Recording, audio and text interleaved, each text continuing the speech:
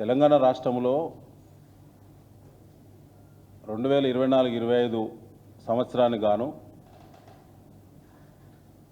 పత్తి రైతులు 25 లక్షల మంది పత్తి రైతులు పత్తి పంట వేశారు. దానికి సంబంధించి 49 లక్షల బేల్స్ పత్తి పంట ఉత్పత్తి అయినట్టు వ్యవసాయ శాఖ ప్రకటించింది. అందులో 41 లక్షల బేల్స్ పత్తిని కాటన్ కార్పొరేషన్ ఆఫ్ ఇండియా మద్దతు ధరకు క్వింటాలకు 7,521 రూపాయలు చెల్లిస్తున్నామని చెప్పి బ్యానర్లు పెట్టి కొనుగోలు చేసింది. 25 లక్షల మంది రైతులు పత్తి పంట వేస్తే 49 లక్షల బేల్స్ ఉత్పత్తి జరిగితే 41 లక్షలు సీసీఐ కొనుగోలు చేసినట్టు సీసీఐ ప్రకటిస్తే 25 లక్షల మంది రైతుల సంఖ్యకు గాను 6,30,000 మంది రైతులు మాత్రమే సీసీఐకి అమ్మినట్టు ఆ 6,30,000 మంది రైతుల వివరాలు వాళ్ళు ఆన్లైన్లో పెట్టారు. 6,30,000 మంది రైతుల ఖాతాలలో మాత్రమే ఈ 41 లక్షల బేళ్ల పత్తికి సంబంధించినటువంటి వేల కోట్ల రూపాయలు ఆ ఖాతాలో జమ కావడం జరిగింది. అంటే ఈ రాష్ట్రంలో ఉత్పత్తి అయినటువంటి పత్తి ఎంత, ఈ రాష్ట్రంలో పత్తి పంట వేసినటువంటి రైతుల సంఖ్య ఎంత, సీసీఐ కొనుగోలు చేసినటువంటి పంట బేళ్ల రూపంలో చూస్తే 80% పంట కొనుగోలు చేసింది సీసీఐ, 20% మంది రైతుల నుంచి మాత్రమే కొనుగోలు చేసినట్టు అధికారిక లెక్కలు చెప్తున్నాయి. దీని ఎన్నుకున్నటువంటి మర్మం ఏంటి, కుట్రేంది, కుంభకోణం ఏంటంటే టెంపరరీ రిజిస్ట్రేషన్స్ పేరు మీద ఈ రాష్ట్రంలో వ్యవసాయ శాఖ, మార్కెటింగ్ శాఖ, కాంగ్రెస్ పార్టీ రాష్ట్ర పెద్దలందరూ కూడా కుమ్మక్కై వందలాది మంది బ్రోకర్లను పెట్టుకొని మార్కెట్ల వారిగా మార్కెట్ కమిటీలు కూడా ఇందులో భాగస్వాములై సీసీఐ కొనుగోలు చేయాల్సినటువంటి షెడ్యూలు అక్టోబర్ మొదటి వారంలో సీసీఐ కొనుగోలు కేంద్రాలు ప్రారంభించాల్సినటువంటి షెడ్యూల్ను నవంబర్ మొదటి వారానికి వాయిదేసింది. దానివల్ల నెల రోజులు కొనుగోలు మద్దతు ధర లేట్ అయింది కాబట్టి కడుపుగాలిన రైతు, అప్పుల ఒత్తిడికి గురైనటువంటి రైతు ఆ పంట రైతు చేతులకు వెళ్ళి వచ్చి మార్కెట్లో బ్రోకర్ల చేతిలో, ట్రేడర్ల చేతులకు వచ్చింది. ఇది ఒక వ్యూహాత్మకమైనటువంటి, ఒక కుట్రపూరితమైనటువంటి, ఒక ప్రణాళికాబద్ధమైనటువంటి ఒక కుంభకోణం. దీపావళి సందర్భంగా ఈ రాష్ట్రంలో ఉన్నటువంటి ప్రధాన ట్రేడర్సు, ఈ రాష్ట్రంలో సీసీఐ ఉన్నతాధికారులు హైదరాబాద్ కేంద్రంగా 5 స్టార్ హోటల్లో దీపావళి సందర్భంగా ప్రత్యేకంగా ఒక దావత్ పెట్టుకొని కొనుగోళ్లు సీసీఐ కేంద్రాలు లేట్ చేయడం ద్వారా రైతుల చేతుల్లో ఉన్నటువంటి పంట కడుపుగాలి తక్కువ ధరకు అమ్ముకుంటారు. అది ఎట్లాగో మార్కెట్లకే వస్తుంది, మార్కెట్లో ట్రేడర్ చేతికి వస్తుంది. వచ్చిన తర్వాత కొనుగోళ్లు ప్రారంభించడం ద్వారా రైతుల పేరు మీద 7,521 రూపాయల క్వింటాల్ చొప్పున సీసీఐకి పెట్టవచ్చు అనేటువంటిది ఇలా ఈ కుంభకోణం ఈ పద్ధతిలో జరిగింది. ఇందులో ప్రధానంగా మీ ద్వారా నేను బీఆర్ఎస్ ద్వారా తెలంగాణ రాష్ట్ర పత్తి రైతులకు మేము విజ్ఞప్తి చేస్తున్నాం. మీకు తెలియకుంటేనే నిలువు దోపిడీ జరిగింది ఈ రాష్ట్రంలో. కాంగ్రెస్ పార్టీ పత్తి రైతులను కూడా వదిలిపెట్టలేదు. పత్తి రైతులకు సంబంధించి సీసీఐ కొనుగోళ్లు నెల రోజులు ఉద్దేశపూర్వకంగా, కుట్రపూరితంగా డిలే చేయడం ద్వారా రైతు చేతున్నటువంటి పత్తిని 5,500 నుంచి 6,000 రూపాయల వరకే మార్కెట్లో ప్రైవేటు వ్యాపారులు కానీ, వ్యవసాయ మార్కెట్ కమిటీలో ట్రేడర్స్ కానీ కొనుగోలు చేసి రైతులకు సంబంధం లేకుండా టెంపరరీ రిజిస్ట్రేషన్స్ టీఆర్ నంబర్ల పేరు మీద ఈ రాష్ట్రంలో 60,000 మంది టిఆర్ నంబర్లు తీసుకొని రైతుల రూపంలో అవతారం ఎత్తి 7,521 రూపాయలు క్వింటాల్ చొప్పున సీసీఐకి పత్తిని అమ్మడం జరిగింది. వారి ఖాతాల్లో ఇలా వేల కోట్ల రూపాయలు వాళ్ళ ఖాతాల్లో జమ అయినాయి. దీనివల్ల దాదాపు 3,000 కోట్ల రూపాయల దోపిడీ, నిలువు దోపిడీ, పత్తి రైతులను నిలువు దోపిడీ చేసింది కాంగ్రెస్ పార్టీ ప్రభుత్వము, తెలంగాణ ప్రభుత్వం. 7 మార్కెట్ కార్యదర్శులను సస్పెండ్ చేసిన తెరపైకి ఈ వార్తలు రాగానే 130 మంది మార్కెట్ కార్యదర్శులకు నోటీసులు ఇచ్చిళ్ళు. ఇలా భద్రాద్రి కొత్తగూడెం జిల్లాలో నకిలీ టిఆర్ నంబర్ల బుక్కులు 100ల కొద్దీ దొరికినాయి. భద్రాద్రి కొత్తగూడెం జిల్లాలో కొన్నటువంటి పత్తిని సిద్దిపేట మార్కెట్లో అమ్మిళ్ళు. ఇలా ఆదిలాబాద్లో కొన్నటువంటి పత్తిని ఇలా మహబూబ్నగర్ మార్కెట్లో తీసుకొచ్చి అమ్మిళ్ళు రైతుల పేరు మీద.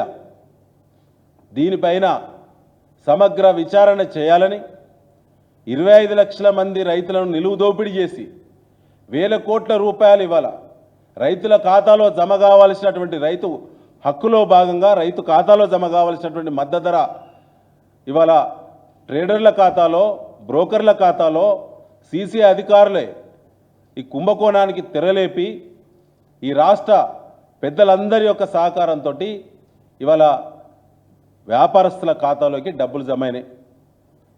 దీనిపైన సమగ్ర విచారణ చేయాలి. కేసీఆర్ గారి నాయకత్వంలో గత తెలంగాణ ప్రభుత్వం అక్టోబర్ మొదటి వారంలో సీసీఐ కాంటాలు ప్రారంభించేది రాష్ట్ర వ్యాప్తంగా.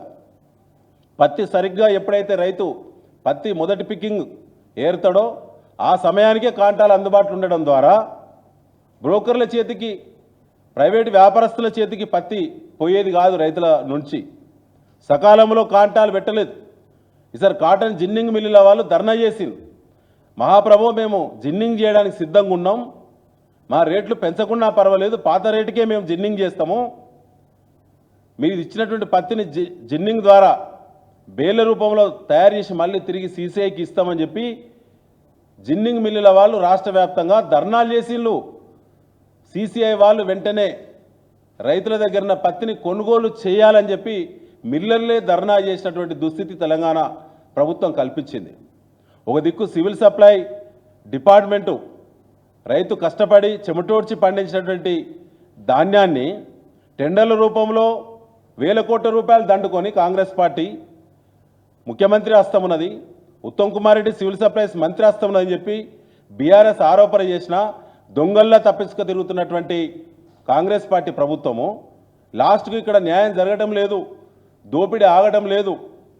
సివిల్ సప్లై టెండర్ల కుంభకోణంలో ఇంకా వసూళ్ల పర్వం కొనసాగుతుందని చెప్పి మరి చీఫ్ జస్టిస్ గారి ముందు హైకోర్టులో పిల్లు వేసినాం పార్టీ తరఫున.